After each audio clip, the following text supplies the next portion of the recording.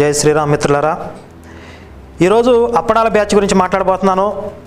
ఈ అప్పడాల బ్యాచ్ గురించి మాట్లాడబోయే ముందు ఒక చిన్న విషయం మీ అందరికీ తెలియజేయాలి.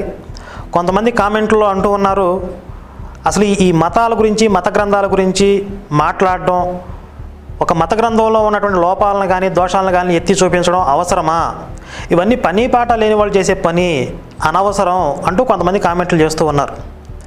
వీళ్ళకి నేను చెప్పే విషయం ఒకటే,